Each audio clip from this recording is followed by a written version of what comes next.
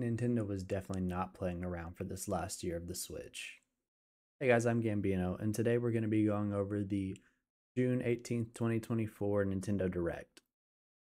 And we're going to just look at a few highlights of games that I'm looking forward to picking up and some that I'm a little bit interested in and yeah, kind of just going over and seeing, was this a good Nintendo Direct? In my opinion, yeah, this was probably one of my favorite directs I've seen. Starting off, the first thing they showed was Mario and Luigi Brothership, which looks like a really fun addition to the Mario and Luigi series. I believe it stopped around 9 years ago, so it's really cool to have another entry. The last one was on the 3DS. I have one of the 3DS ones, but I haven't went through and played it completely, but I've heard this is a great series and a lot of people were excited to have it back. The next game that they had showed that I was a little excited for was Fantasia Neo Dimension.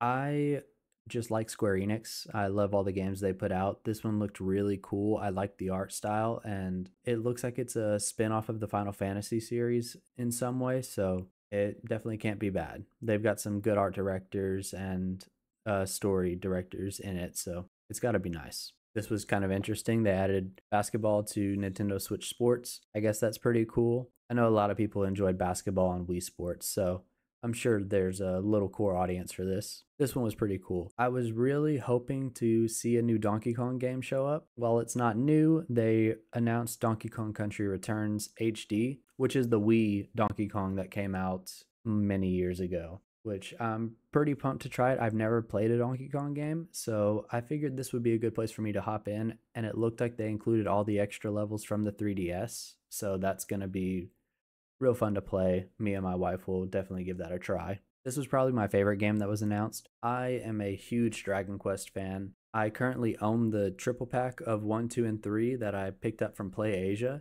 but I've been looking forward to the Dragon Quest 3 HD 2D remaster, and it looks really fun. I love this art style. I love Octopath Traveler, Live Alive, all of the Square Enix games that have this style. It's always super cool, and now I'm really pumped to try this one out. And then they had a little teaser at the end for an HD 2D remaster of 1 and 2.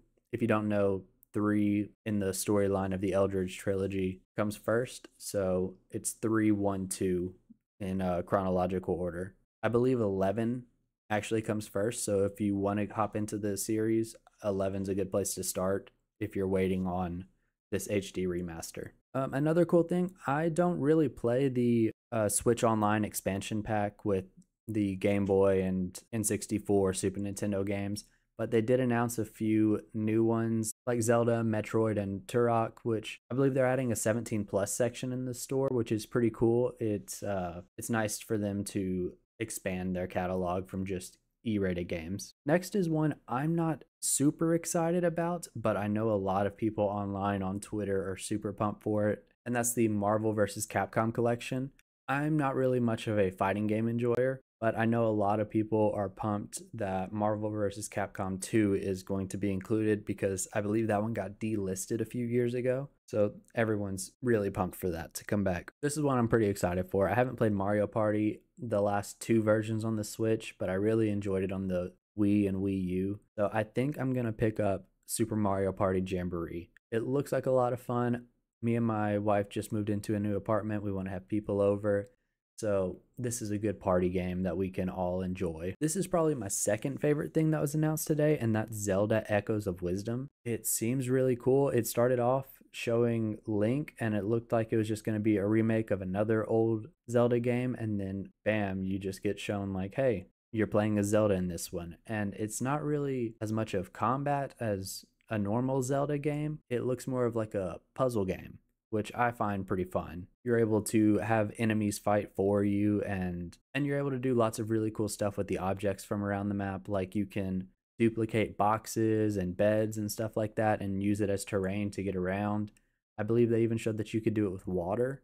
So I think it's going to be really cool. It's going to be a fun little adventure puzzle game. Next, I don't really need to talk too much about this, but they announced Stray on the Switch. This is a game I've been considering picking up for my PS4, and now it got announced for the Switch, so I may just hold off and pick it up on there. I'd much rather play it in handheld where I could play in bed if I felt like it. And Square Enix had a lot of games in this show. I'm a big Square Enix fan, so Romancing Saga 2, I'm really pumped to try out. I haven't tried the Romancing Saga series yet, so I definitely want to hop into it. I'm hoping you can start in 2 and understand the story. I'm going to have to look up a little bit, but it looked really fun. I love a good JRPG. And finally, they wrapped up the show with Metroid Prime 4 Beyond. Personally, I haven't tried any of the Metroid games, but I know everyone has been pumped for this one to come out. So I may have to go pick up the other two currently on the Switch and try them out before this one comes out because it looks beautiful. It looked like a really cool game. It honestly looked like it was performing a little better than what the Switch is capable of. So I'm wondering if maybe them pushing it back to 2025 is another way of them having a Breath of the Wild type game that is going to be playable on both Switch and the future Switch or Switch 2, whatever we're calling it, because that is supposed to be announced next year with more details. So hopefully we'll hear something on that. And let me know in the comments, would you be fine with it coming day and day on both systems, or would you prefer that it released now on the Switch? Yeah, and that's everything I'm excited for in the most recent Nintendo Direct. Let me know in the comments, is there any games that I didn't mention that you're excited for? Yeah, I know they had a lot of other really cool games like that Lego Horizon game, which was a little weird to have Sony put stuff on here, but I still thought it was pretty cool, and I probably won't play it. I don't play Lego games as much anymore, but I know there's a pretty big fan base for that. But anyway, yeah, comment below what your favorite game from the Direct was, and be sure to follow for more video game collecting content. Peace.